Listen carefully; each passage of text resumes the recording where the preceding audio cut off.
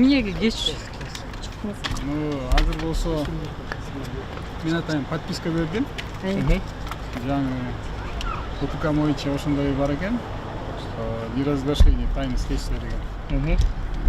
Азыркы чакырган болсо бул АКБ Кыргызстан банк боюнча баягы акциялар боюнча чакырды. Мен гана ошону айта алам.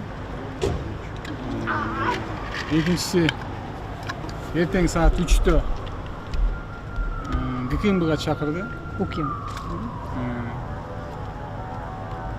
Мына ушундай иштер башталып атат. УКМКга кайсы иштер боюнча чакырышты? Эми УКМКга айткан жок, кайсы иштер боюнча. Мен ойлойм, он адыр боюнча болсо керек. Сиз бул жакка кайтып келгенден кийин кандай иштермен алек болуп аттыңыз?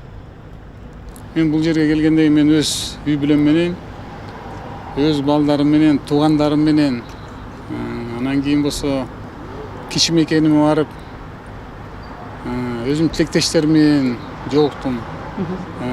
Сагынычым таркай элек. Кудай буюрса дагы көп жолугушуулар болот. Саясатка кайтып келесизби азыр сиз? Эми саясат боюнча мен баягы айтпадымбы?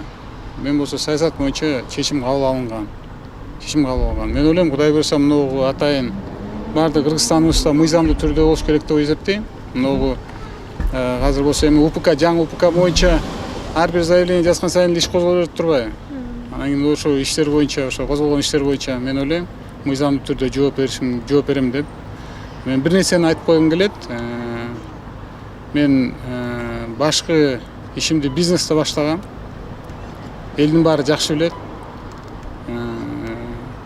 Бизнестен акча тапканбыз биз, үй бүлөбүз менен бирге. Экинчиси, эч качан мен болсо мамлекеттин бир киоскун да приватизация кылган эмесмин. Бардыгын рыноктон, базар шарты менен бизнестен сатып алгам. Ошон үчүн мен ойлойм, эч мындай коркунучтуу эсенсиздик болбойт деп.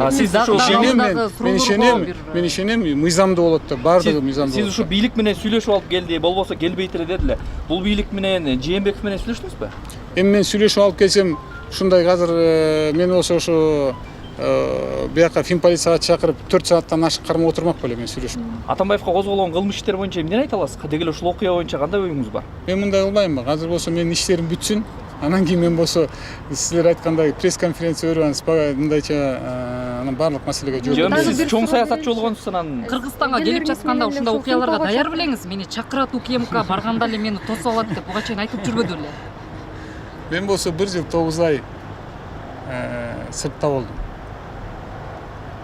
Мен бардыгына дайыммын. Бардыгы Алланын колунда. Эң негизгиси элим көрүп турат.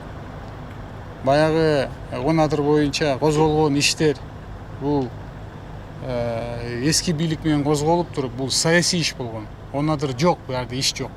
Отамда сиз айтып атасыз, мен бардык жактан ак экенимди билем депчи.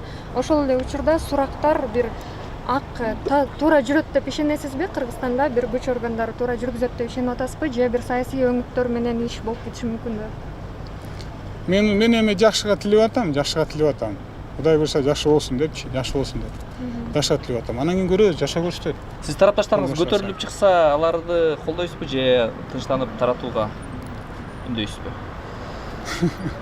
Иним, сенин атың ким? Токтосун. Сен дайым эле эмнеге чыгыш керек алар? Жок, эми сизди колдоп чыгыш мүмкүн да. Эмнеге улам-улам суракка кече күнү чыкпадыбы? Аэропорттон тосуп албадыбы? Эмнеге улам-улам суракка чакырып атасыңар деп мындай жөнөкөй саясатчынын колдоочулары чыкты. Эми аны убакыт көрсөтөт, аны убакыт келгенде көрөбүз аны.